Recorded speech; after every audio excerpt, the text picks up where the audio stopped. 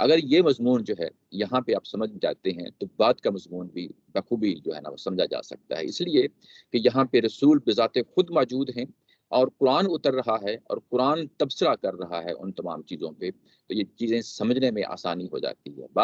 بعد کے دور میں جو کچھ ہوا اس پہ قرآن نے تبصرہ نہیں کیا، ظاہر ہے کہ وحی کا سلسلہ ختم ہو چکا تھا، تو اس کے لیے ظاہر ہے کہ یہ مضمون جو ہے بڑا ہی مددگار اور بڑا ہی ہیلپ فل ہے۔ اگر آپ یہاں سمجھ جاتے ہیں تو بعد کی چیزوں کو بھی سمجھنا آسان ہو جاتا ہے۔ یہ دوسرا پہلو تھا۔ تیسرا پہلو جو ہے یہ کہ ایک جس کو ہم اللہ تعالیٰ کی صفات کہتے ہیں ان کو تو بڑی آسانی سے سمجھ لیتے ہیں اور وہ جگہ جگہ ظاہر ہے قرآن مجید کے اندر بکھری پڑی ہیں۔ ایک مضمون اور ہے جس کو ہم اللہ تعالیٰ کی سنن کہہ کے جو ہے نا پکارتے ہیں، یہ سنت کی جمع ہے۔ یہ کیا چیزیں ہوتی ہیں یہ ہمیں اسلامیات میں اتنا عرصہ ہم نے پڑھا ہے، ظاہر اسکولوں اور کالجز سے گزر کے آئے ہیں، یہ نہیں پڑھائی گئی، اور عمومی جو ہمارے ہاں مذہبی لٹریچر پایا جاتا ہے اس کے اندر بھی یہ نہیں ہوتی۔ تفسیر میں اترتے ہیں تو پھر ہمیں یہ چیزیں ملنا شروع ہوتی ہیں کہ اچھا اللہ تعالیٰ کی ذات کی کچھ سنن بھی ہوتی ہیں۔ اللہ تعالیٰ کی ذات کی جو سنن ہوتی ہیں اس کے بارے میں یہ چیز واضح رہنی چاہیے۔ ایک ہوتے ہیں فزیکل لاز، یعنی یہ کہ زمین یعنی ہے، آسمان ہے اور سورج نکلتا ہے، ستارے نکلتے ہیں، دن نکلتا ہے، رات نکلتا ہے، یعنی ہماری اپنی ذات بھی اس میں ہے۔ یعنی یہ کہ ہمیں بھوک لگتی ہے، ہمیں اولاد آگے ہوتی ہے، ہم کی خود کسی کی اولاد ہوتے ہیں، ہمیں کوئی دکھ درد تکلیف ہوتی ہے، ہم علاج کرتے ہیں، تو یہ سارے کے سارے فزیکل لاز ہیں۔ یعنی ہماری پوری زندگی انہی فزیکل لاز کے اندر جو ہے نا جکڑی ہوئی ہے، اور سائنس جو ہے وہ بنیادی طور پہ انہی فزیکل لاز کو ایکسپلور کرنے کی کوشش کرتی ہے۔ یہ فزیکل لاز ہیں۔ ایک اور یعنی طرح کے قوانین ہیں جن کو قرآن مجید سنن کہتا ہے، یعنی یہ بھی اپنی نوعیت میں اسی طرح کی قوانین ہیں جس طرح ہم فزیکل لاز کہتے ہیں، لیکن یہ مذہب کی ڈومین میں ہے۔ انسانی لوگوں کے ساتھ یعنی انسانوں کے ساتھ، لوگوں کے ساتھ جو معاملہ اللہ تعالیٰ کی ذات کرتی ہے، یعنی انسانی شخصیت کے ساتھ، یہ انسانی جسم کے ساتھ نہیں، انسانی شخصیت کے ساتھ۔ انسانی جسم فزیکل لاز کے اندر ہی آتا ہے، لیکن جو انسانی شخصیت ہے یعنی یہ کہ یہ شخصیت کے ساتھ خاص قوانین رکھے ہیں، وہ جو قوانین ہیں ان کو ہم سنن کہتے ہیں۔ اور یہ کتنے ہیں؟ یہ 7 طرح کے قوانین ہیں، اور یہ استاد محترم نے اپنی کتاب میزان کے اندر ان کو زیر بحث جو ہے لایا گیا ہے۔ اور اگر آپ ان کو اچھی طرح سمجھ جاتے ہیں، یعنی ان کو پی جاتے ہیں، اچھی طرح سمجھ جاتے ہیں، اور اس کے بعد قرآن مجید جب ان کو جگہ جگہ موضوع بناتا ہے تو چیزوں کو سمجھنے میں بڑی آسانی ہوتی ہے۔ آج سے متعلقہ جو خاص طور پہ جو آگے ہم مضمون پڑھنے جا رہے ہیں وہ جزا اور سزا سے متعلقہ ایک اللہ تعالیٰ کی ذات کی سنت ہے۔ میں چاہتا ہوں ذرا اس پہ تھوڑا سا آپ کے سامنے بریفلی بتا دوں وہ ہے کیا چیز ہے۔ یہاں پہ اگر آپ دیکھیں تو جزا و سزا یہ 7ویں سنت ہے اللہ تعالیٰ کی جس کا یہاں پہ ذکر کیا گیا ہے، اور ٹوٹل 7 ہیں جو یہاں بیان کے اندر جو ہے نا بیان کی گئی ہیں۔ سب سے پہلی چیز یہ یاد رکھیں، اس میں یہاں پہ اگر دیکھیں تو دوسرا پہلا پیراگراف جب شروع ہوتا ہے تو اس جزا اور سزا کے اندر اگر ایک شخص یہ فیصلہ کر لیتا ہے کہ مجھے بس دنیا ہی کی زندگی چاہیے، مجھے آخرت کی زندگی نہیں چاہیے، اور میں اس دنیا ہی کی زندگی کو اپنا اوڑھنا بچھونا بناؤں گا، تو اللہ تعالیٰ کی ذات کیا کرتی ہے کہ جو کچھ اس کی قسمت میں رکھا ہوتا ہے اس دنیا کے اندر اس کو دے دیتی ہے، آخرت میں اس کا کوئی حصہ نہیں ہوتا۔ یہ جزا اور سزا کا یعنی پہلا اصول ہے جو یہاں پہ بیان کیا گیا ہے بیان کے اندر۔ دوسرا جو اصول ہے ثانین کہہ کے یہاں پہ بیان کیا گیا ہے وہ بڑا ہی اہم ہے، اور یہ صرف اور صرف رسولوں کے دور کے ساتھ خاص ہے۔ یہ بھی یعنی سمجھ لینا چاہیے، یعنی یہ کہ ایک ہوتا ہے جس کو ہم کہتے ہیں اصول جو صرف رسولوں کے ساتھ خاص ہوتا ہے، ایک ذریت ابراہیم کے ساتھ خاص ہوتا ہے، ایک عام انسانوں کے ساتھ خاص ہوتا ہے۔ یہ جو ڈفرینٹ شیڈز ہیں ان کو سامنے رکھنا چاہیے۔ یہاں پہ جو یہاں ابھی جو اصول بیان ہونے والا ہے یہ صرف اور صرف رسولوں کے دور کے ساتھ خاص ہے۔ یہ کہ رسول آتے ہیں زمین پہ اور اس کے بعد اس قوم کا فیصلہ زمین پہ ہی چھپا دیا جاتا ہے، یعنی اگر وہ قوم اس کو قبول کر لیتی ہے تو دنیا ہی میں جنت نما ان کے سامنے ایک معاملہ کر دیا جاتا ہے، ان کو دنیا میں ترقی دے دی جاتی ہے، مالی اسباب دے دیے جاتے ہیں۔ اور اگر قوم اس رسول کو ریجیکٹ کر دیتی ہے تو یہ قوم اسی دنیا کے اندر تباہ و برباد ہو جاتی ہے۔ یہ کیوں ہوتا ہے؟ قرآن مجید جگہ جگہ یہ بتاتا ہے کہ اس کی وجہ یہ ہوتی ہے کہ جو کل کو قیامت لگنی ہے، بڑی قیامت لگنی ہے، اس کو چھوٹے پیمانے پہ جس طرح لیبارٹری میں ہم کوئی چیز ٹیسٹ کر کے ثابت کر دیتے ہیں کہ یہ چیز ایسے ہوتی ہے، ویسے ہی زمین کے اوپر یہ ایک طرح کا ایک ٹیسٹ کیس ہوتا ہے جس میں انسانوں کو گزارا جاتا ہے، اور جو کل کو بڑی قیامت لگنی ہے اس کو اسی طریقے سے ایک چھوٹے لیول پہ دنیا کے اندر قیامت لگتی ہے اور اس کا فیصلہ چکا دیا جاتا ہے۔ یہ دوسرا اصول ہے جزا اور سزا کا۔ تیسرا جو ہے جزا اور سزا کا جو اصول ہے وہ حضرت ابراہیم علیہ السلام کی اولاد کے ساتھ خاص ہے، اور یہ کہ بنی اسرائیل ہوں یا بنی اسماعیل ہوں، جب وہ اللہ کے عہد کے ساتھ جو ہے نا وہ جڑے رہیں گے، تب ان کو اللہ تعالیٰ کی ذات جو ہے دنیا کے اندر سرفرازی دے گی، مذہبی لیڈرشپ دے گی، معاشی طور پہ اکنامکلی جو ہے نا ان کو آگے لے کے آئے گی، اور دنیا کے اندر ظاہر ہے کہ ان کا یعنی بلبلہ، یعنی ان کا دنیا کے اندر جو ہے نا ان کی لیڈرشپ جو ہے نا اس کو نمایاں کیا جائے گا۔ یہ یعنی صرف اور صرف حضرت ابراہیم علیہ السلام کی اولاد کے ساتھ خاص ہے، یہ کسی اور کے ساتھ خاص نہیں ہے۔ یہ چیز سامنے رہنی چاہیے۔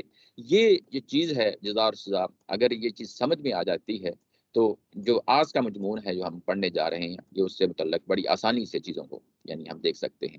اس کے بعد توبہ و استغفار، یہ اتنا ہم جانتے ہیں کہ توبہ استغفار یہ کہ جب بھی کوئی انسان کوئی غلطی ہوتی ہے، توبہ کرتا ہے، استغفار کرتا ہے، تو اللہ تعالیٰ کی ذات اس کو معاف کرتی ہے۔ یعنی جب انسان اصلاح پہ شروع ہو جاتا ہے، اپنی اصلاح کرنا شروع کر دیتا ہے، تو اللہ تعالیٰ کی ذات اس کو معاف کرتی ہے۔ یہ دوسرا جو ہے نا نمبر 6 پہ۔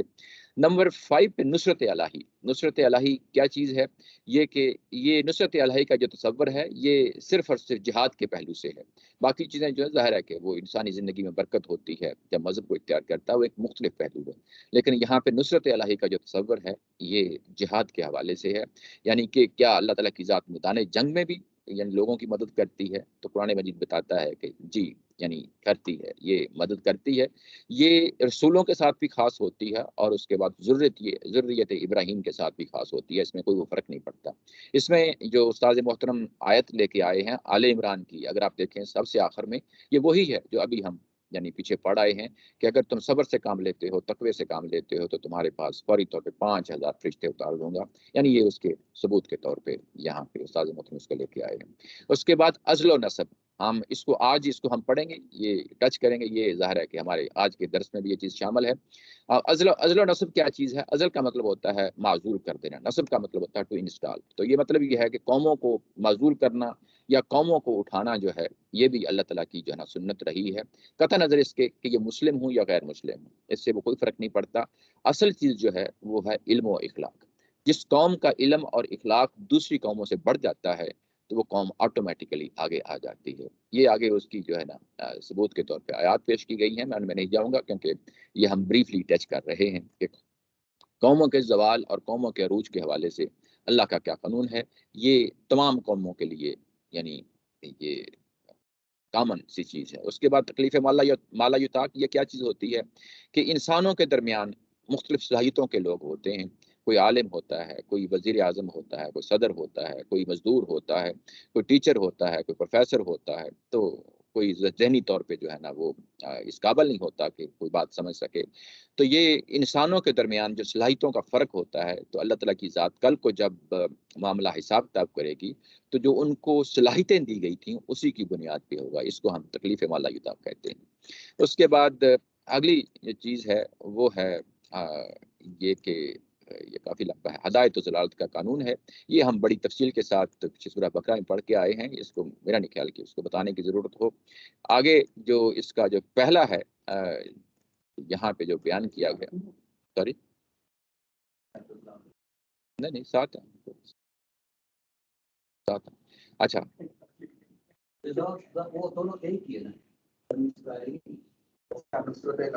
اور جو میں دوبارہ بعد میں دوبارہ کاؤنٹ کر دیتا ہوں۔ اس کے بعد پہلا ہے ابتلا۔ ابتلا جو ہے اس کے ابتلا کے بارے میں بھی یہ چیز یاد رکھیں کہ قرآن اس کے بارے میں تفریق کرتا ہے۔ ایک ابتلا وہ ہے جو رسولوں کے دور کے ساتھ خاص ہوتی ہے، اور ایک ابتلا وہ ہے جو رسولوں کے بعد جو ہے نا ہمیشہ جاری و ساری رہتی ہے۔ جو رسولوں کے دور کے ساتھ خاص ہے تو ظاہر ہے کہ یہ رسول اور رسول کے ساتھی اس میں ساتھ شامل ہوتے ہیں۔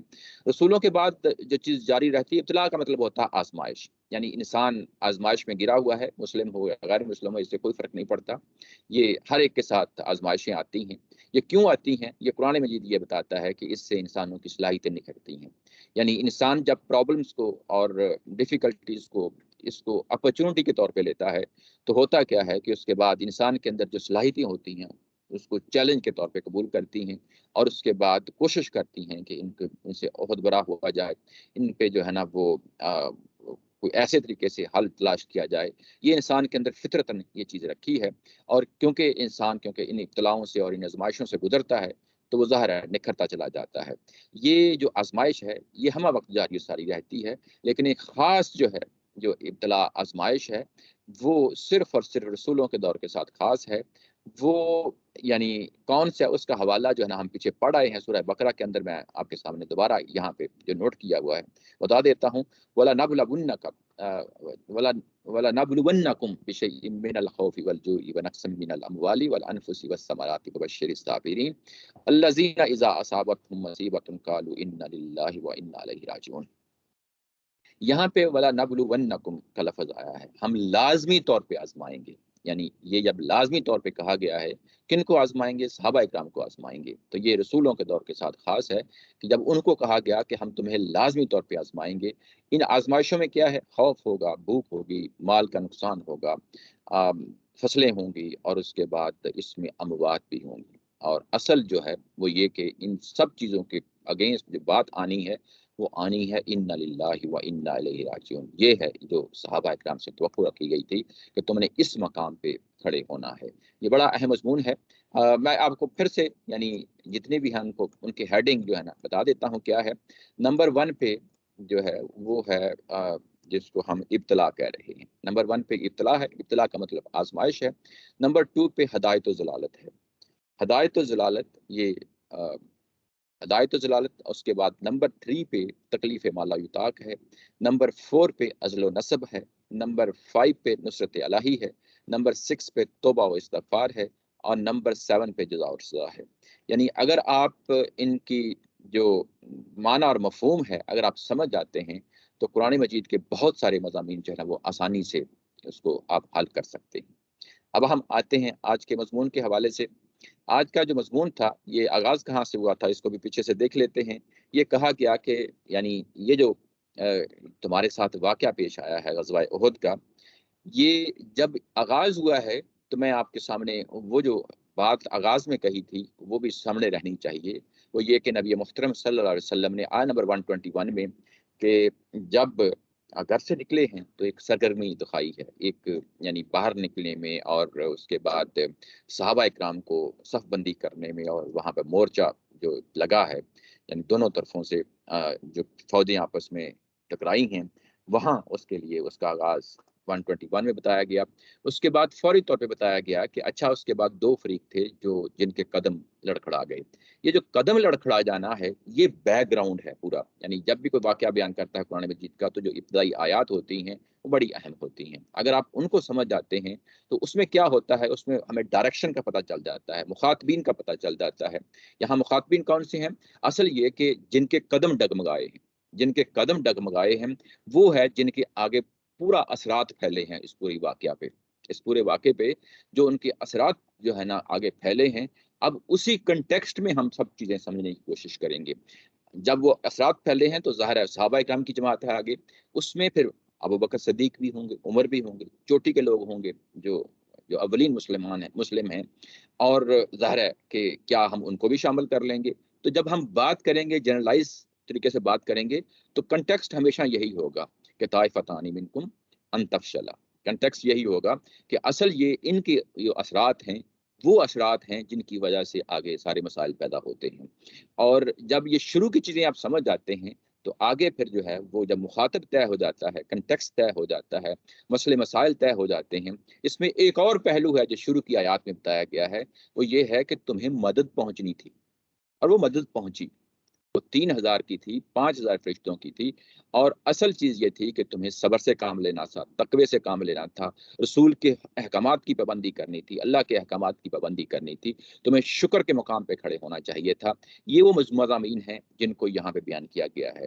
اس کے بعد ساتھ یعنی ملا لیا گیا یہاں پہ آگے، یوں ہی تھوڑا سا آگے جاتے ہیں تو ہمیں یہ بھی بتایا گیا کہ اچھا یہاں پہ ایک ربا کا مسئلہ بھی ہے، سود کا مسئلہ بھی ہے.